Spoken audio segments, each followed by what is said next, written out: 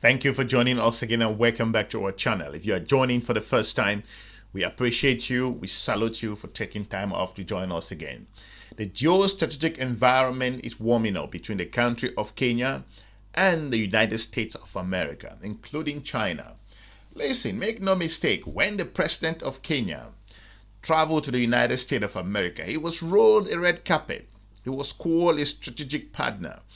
They were hailed according to news media, and they were also given some kind of non-NATO status or whatever. I don't know what the definition of that acronym means, because it's the lowest point from strategic point of view. Kenya has come to the realization that the United States does not have a friend when it comes to strategic relationship, and they are learning the lesson the hard way. There is a lot of hypocrisy in regards to the relationship between the country, Kenya, and the United States of America. The level of hypocrisy that the Trump administration has shown to the country of Kenya is an indication of the continent of Africa's own perspective on why they should, at this time, figure out how to engage a transactional administration that puts the United States of America's own interest first. That's a good thing.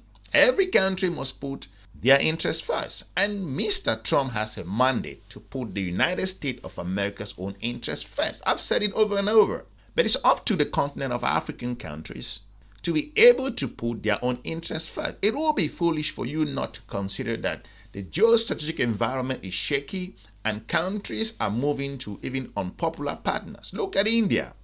India, once the darling of the United States, has come under tremendous pressure regards to tariff as a result of India's own particular needs that it wants to survive in the global economy, making choices to buy oil from the countries of Russia, of which the United States of America is back and forth with the country of Russia. So if India can be thrown under the bus, where even European countries buy oil from India, which that same oil comes from the country of Russia, where is the hypocrisy here?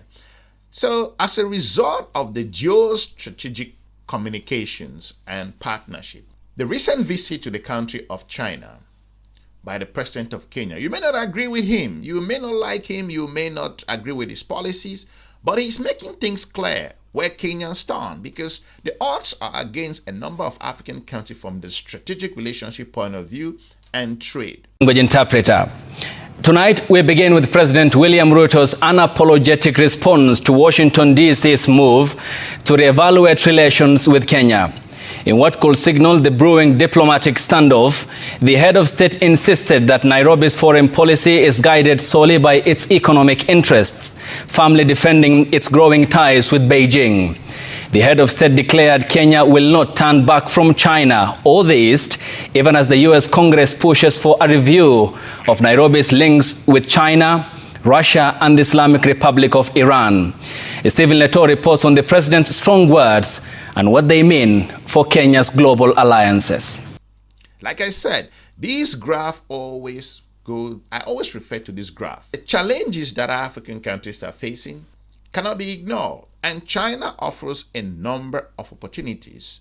China is not 100%. But again, Chinese investment in the country of Kenya cannot be matched by the United States of America, period. That's just what it is. So, because the president of Kenya made a statement that China and the country of Kenya will be leading the new weather world order or the strategic movement or partnership or growth, if that can anger the United States of America, I think it was not an honest strategic relationship in the first place. So Kenya would not be backing down anytime soon, because the challenges that are on the table are bigger than what the United States of America thinks.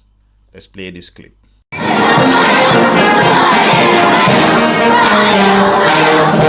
President William Ruto's stinging response to the U.S. proposed amendment to the National Defense Authorization Act has sparked yet another diplomatic row between Nairobi and Washington.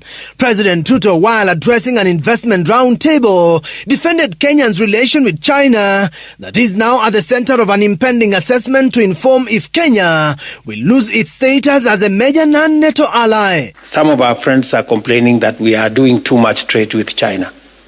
Honestly, I mean, when I sat with President Xi, I had a very candid conversation. And I told him that Kenya is importing 600 billion of products from China. Yet we are only exporting 5%, according to Lee. That trade imbalance is serious.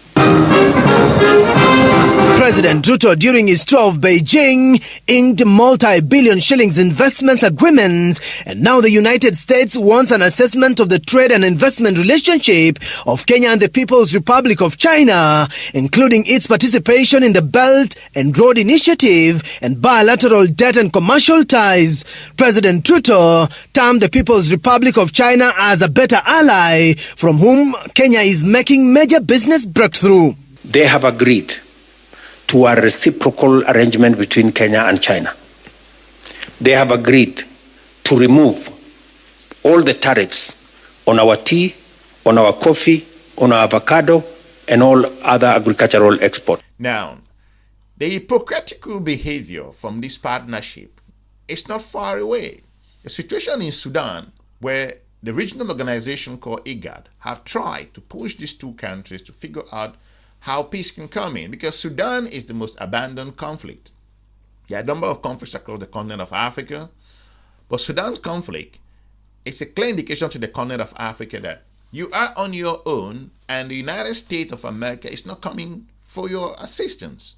And the European Union are bogged down with their own tariff issues. China at the moment is figuring out how to position itself. Russia is being pushed back and forth by the United States and European Union countries. And more importantly, the African Union has gone mute. So if Kenya makes an effort to basically just to talk to the leader of Sudan, and is considered a problem, one of the leaders, let me say that, because there are two who are claiming to rule the nation, because the president of Kenya has to meet with this one of Sudan's own leader, it becomes a problem. But the same country of the United States of America find no problem if the country of Turkey's leader, Mr. Tayyip Recep Erdogan, meets with the same, another faction of Sudan in Ankara or in Turkey, in whatever city that they met. So it comes at a time when African nations must understand that the United States of America's hypocritical strategic relationship should be taken with a grain of salt. You have to be careful how you navigate this partnership because the U.S. put its interest first. I've said it. Mr. Marco Rubio once said the United States of America will engage the foreign policy from the U.S.'s own interest. So the senator in the United States, Mr. Jim Rich, who is claiming to be very concerned about Kenya all of a sudden and wants to look at Kenya to be a playbook in his own political career, and want to score political points all of a sudden. Make no mistake, Kenya just have its own challenges. Kenya have issues that need to be resolved. But if the United States starts showing a lot of concern, you have to pay attention. We've had resolutions, and this same senator was saying that Kenya should be withdrawn the so-called NATO status, non-status that was given to them when Mr. Ruto traveled to the United States. If this particular status should go, I don't know what that status is doing to the country of Kenya. If you are in Kenya, let me know what you've benefited so far with regards to this non-NATO member status. I don't know what the significance of this status is all about. So if that senator is saying that Kenya should be investigated as a result of their approach towards the country of Sudan, and Mr. Erdogan should not be looked at, it tells you where the strategic relationship sits. Is the United States of America afraid to talk to the president of the country of Turkey, but finds it convenient to talk to a country that it just rolled a red carpet recently? I find this embarrassing in the global strategic engagement. According to President Ruto, Kenya is not shaken with the review of its status, affirming Kenya's bid to diversify its international markets. We are progressing conversations with India. We haven't quite had a breakthrough with India. We haven't quite, we are very good with where we are with Turkey and Canada. National Assembly's Chair for Defense, Intelligence and Foreign Relations Committee, Nelson Koech, has written to his counterpart, U.S. Senator Jim Risch, who chairs the U.S. Senate Foreign Relations Committee, to reconsider the proposed amendment to the National Defense Authorization Act for the fiscal year 2026 in the best interest of Kenya and the United States. It further notes that it is worth noting that the proposed amendment does not call for automatic review of Kenya's status, but for an assessment to be done and tabled in U.S. Congress for final decision. And as things stand, there is no need to preempt the possible outcome of U.S. legislative process with premature speculations. End quote. According to the Foreign Relations Committee, even if it comes to assessment of Kenya's status as proposed in the amendment, Kenya will participate in the assessment process to build a crucial and fruitful engagement for both Kenya and the United States to enhance and deepen their diplomatic relations. So South Africa's situation, Egypt, Ghana, and the rest, who have experienced the wrath of the United States of America from the dual relationship point of view, they know better.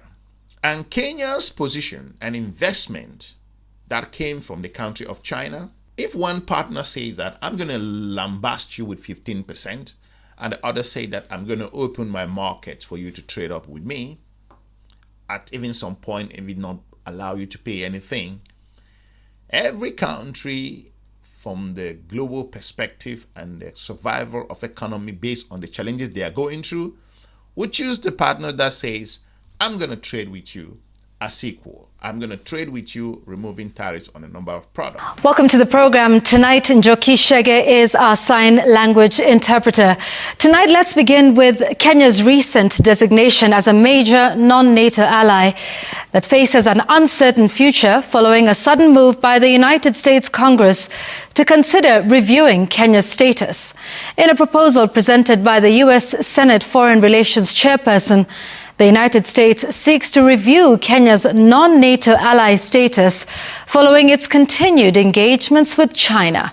And as Stephen Leto reports, the U.S. Congress is expected to present its report within 180 days. Since President William Ruto visited the People's Republic of China, Kenya's relationship with the Donald Trump administration is seemingly on the downslope. And now the U.S. Congress is pushing for a fresh review of Kenya's non-NATO ally status, granted in June 2024 when President Ruto visited then-President Joe Biden at the White House. Kenya went all of a sudden within the past couple of months from hailing to be the darling and the strategic partner, the NATO member, the recognized emerging economy in Africa, the growth driver, the center for strategic relationship, the economic hub, the motherland of the continent of Africa, to a completely antagonistic partner that wants to threaten the global hegemonic behavior of the United States of America based on China's own presence. So this particular perspective regards to U.S.'s relationship with the country of Kenya, it's an example of how African countries should continue to know that it is about time to make unpopular choices and invest in your own internal economics, break down the borders, and move swiftly to adopt and implement the African Continental Free Trade Area, because that is your only lifeline. A very good afternoon. It is the 6th day of August 2025. Welcome to Citizen News in Brief. My name is Wycliffe Orandi. Now, President William Ruto has defended the Kenya-China working relations amid a push by the United States Congress to have Kenya's major non-NATO ally status revoked over its relations with China. During the presidential roundtable, President Ruto affirmed that Kenya will not look back and that working with China is for the best interest of the country. The president further added that China has agreed to lift major tariffs on Kenyan exports, a move that makes trading with China more profitable. The high-level conversation with China, they have agreed to a reciprocal arrangement between Kenya and China. They have agreed to remove all the tariffs on our tea, on our coffee, on our avocado, and all other agricultural exports. It's partly why I have a bit of a problem with some of our friends, but it is what I must do for Kenya. You know, it's in the best interest of Kenya that we get into this market. Some of our friends are complaining that we are doing too much trade with China. Honestly, I mean, if you can build the ASCFTA and, more importantly, transact with partners that can provide you the alternatives, if the situation in India, the United States of America, hasn't woken you up, I think at the moment, the situation between the United States of America and the country of Kenya is a clear example of what's going on between the US and the country of India. So the United States of America has no particular friend when it comes to the strategic point of view. And Kenya's example, it's open and clear why Kenyan officials and administrators should go closer to partners and leverage their own opportunities, because the challenges that we are seeing at the moment in the country of Kenya is not going to be going anywhere soon. And to stop Kenya from looking for new alternatives is hypocrisy. Leave me a comment. Let me know what you think regards to why the country of Kenya should continue to move closer to partners that provide them the alternative in this strategic environment that we are at the moment. For now, I'll be looking forward to meeting you soon in our next episode. Have a good day. Bye-bye.